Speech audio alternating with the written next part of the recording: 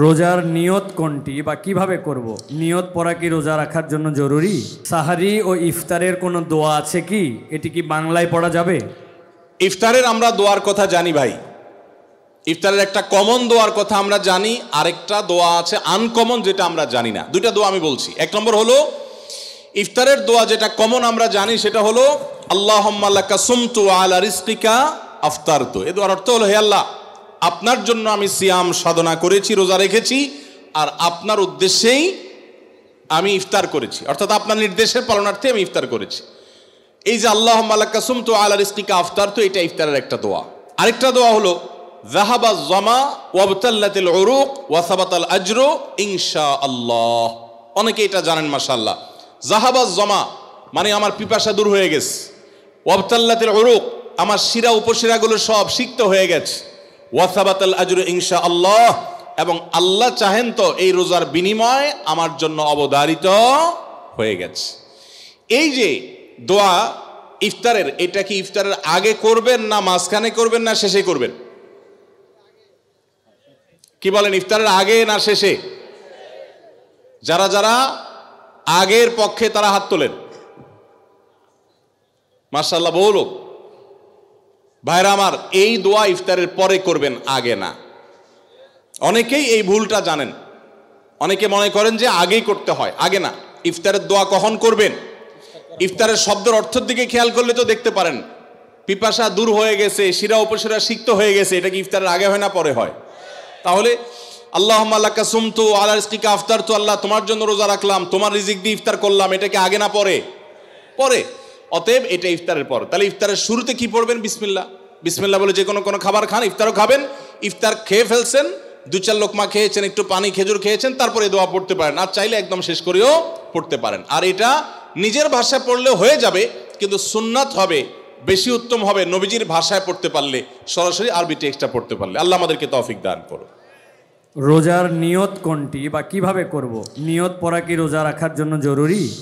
নিয়ত তো সমস্ত ইবাদতের জন্য জরুরি, কিন্তু নিয়ত করা জরুরি, নিয়ত বলা জরুরি না। নিয়ত করা এক জিনিস আর নিয়ত বলা আরেক জিনিস।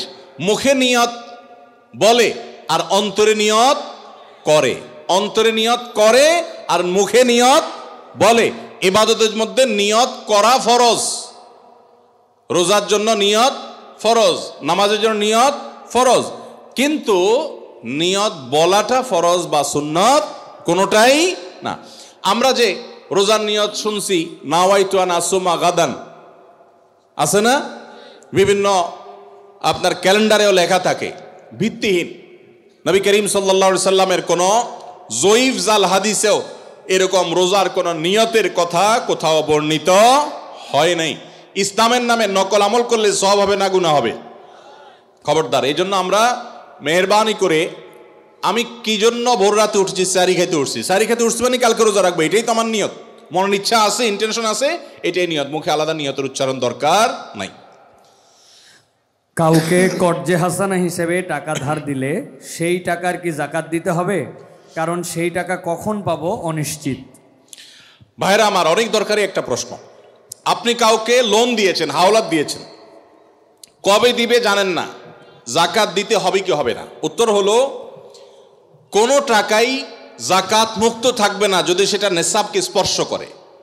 এখন ধরুন আপনি আমাকে 1 লাখ টাকা লোন দিয়েছেন, 1 লাখ টাকা কি নেসাব টাচ করে না করে না?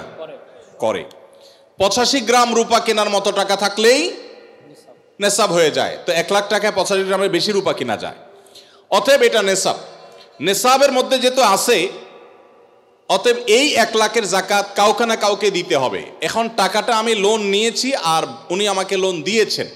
এখন যদি বলেন যে আমার যাকাত দিতে হবে, তো আমি তো টাকার মালিকই না, টাকা তো ওনার। তো এই জন্য যিনি লোন দিবেন যাকাত তিনি দিবেন। এখন একটা প্রশ্ন হয়, ভাই এটা কোনো কথা হইল? বেচারা টাকা লোন দিছে, হাওলাত দিছে সওয়াবের আশা, আবার তার যাকাতও তার দেওয়া লাগবে, কেমন কথা? উত্তর হলো, ইমানদার লোন দিলে সওয়াব আছে না নাই? কিরকম সওয়াব ধারণা আছে? কে বলতে পারেন লোনের সওয়াব কি? কি সওয়াব বলেন তো? মাশাআল্লাহ মাশাআল্লাহ। এলাকার মানুষ দেখা যায় বেশ কোরআন হাদিসের ইলম রাখেন।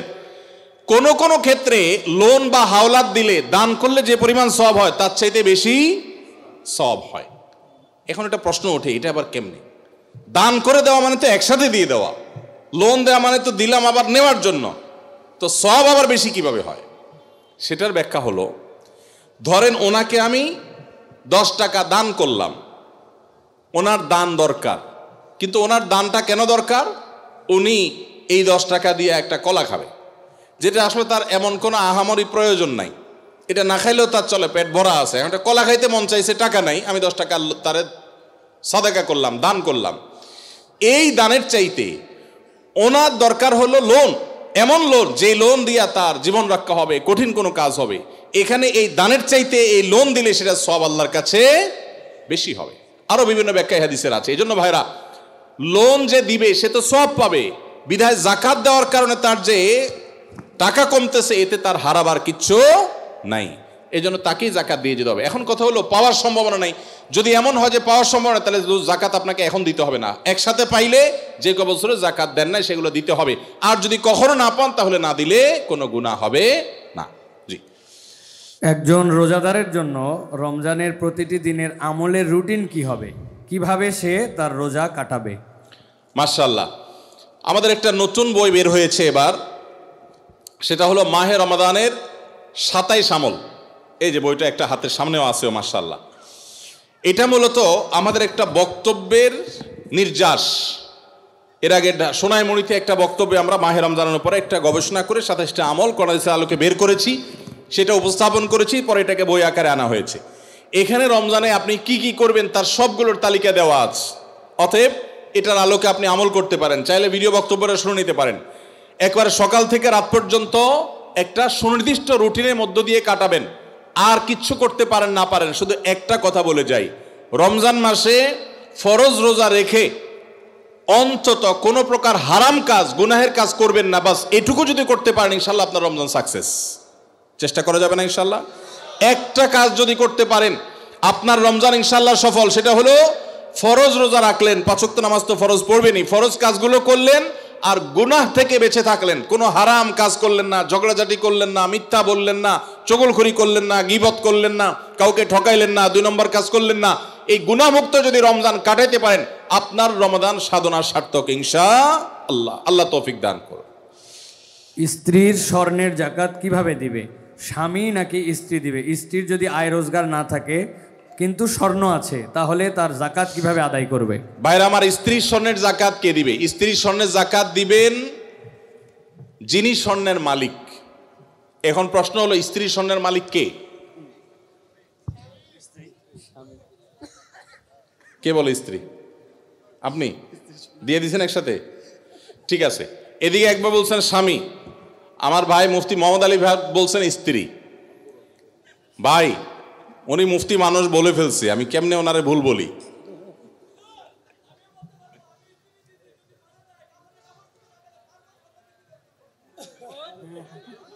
মাশাআল্লাহ মাশাআল্লাহ,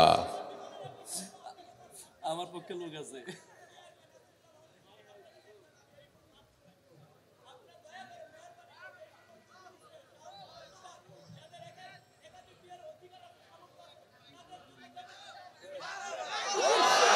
মাশাআল্লাহ, যুবক পোলাপান একটাই পায় না, আপনি কোন একাধিক? আমরা একটা চিন্তা শেষ হয়ে যেতেছি, একটারে বাপ মা বিয়ে করেন, আপনি কোন একাধিক বিয়ে করাইতে? আল্লাহ তাআলা যুবকদের একটা বিয়ে অন্তত ব্যবস্থা করুক, এরপরে যার সাধ্য তৌফিক থাকবে শর্ত সাপেক্ষে সে ইনসাফ করতে পারলে একাধিক করবে। যাই হোক ভাই, বউয়ের স্বর্ণের মালিক কি বউ না স্বামী? এটা নির্ভর করে যে স্বামী আসলে তাকে দিলে কিভাবে দিয়েছে। ধরুন এটা স্বামী দিছে বা বাপের বাড়ি থেকে পাইছেন, স্ত্রীকে যদি দিয়ে দেন তাহলে তার মালিক স্ত্রী, এবং সেটা জাকাত তাকে দিতে হবে। আর যদি স্ত্রীকে না দিয়ে দেন, ব্যবহার করতে দেন, যে ঠিক আছে আপনাকে ব্যবহারের জন্য দিলাম, তাহলে সেক্ষেত্রে মালিক হবে স্বামী। এটা ক্লিয়ার করতে হবে। এখন মুশকিল হলো, স্বামী স্ত্রী যদি এগুলো নিয়ে আলাপ উঠায়, আমাদের দেশে আমরা এত ভালো, মানে অতি ভালো যেটাকে বলে, বউ যদি এখন যায় ঘরে যদি জিজ্ঞেস করেন স্বামীরে, এই আর বউরে জিজ্ঞেস করেন যদি যায়, আচ্ছা বলো তো দেখি তোমার এই স্বর্ণগুলো আসলে মালিকটাকে, সাথে সাথে সে বলবে, ব্যাপার কি, তোমার মাথায় এই চিন্তা কেন আসলো, কাহিনী কি, তুমি কি ডানে বামে কোনো চিন্তা ভাবনা করছো, কি ব্যাপার? আমরা কত সরল সহজ চিন্তা করেন।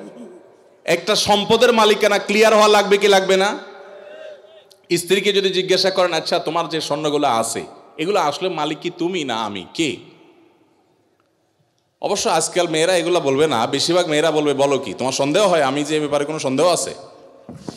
যদি স্ত্রী মালিক হয় তাহলে স্বর্ণের জাকাত স্ত্রীকে দিতে হবে। আর যদি আপনি স্ত্রীকে ব্যবহার করতে দেন, বলেন যে তুমি ব্যবহার করো, আমি চাইলে যে কোনো সব বিক্রি করে ফেলবো, তাহলে সেক্ষেত্রে আপনাকে জাকাত দিতে হবে। এখন মুশকিল হলো বেশিরভাগ ক্ষেত্রে এই সমস্ত ইস্যুতে আমরা চিটারি করি অনেকে। কিভাবে?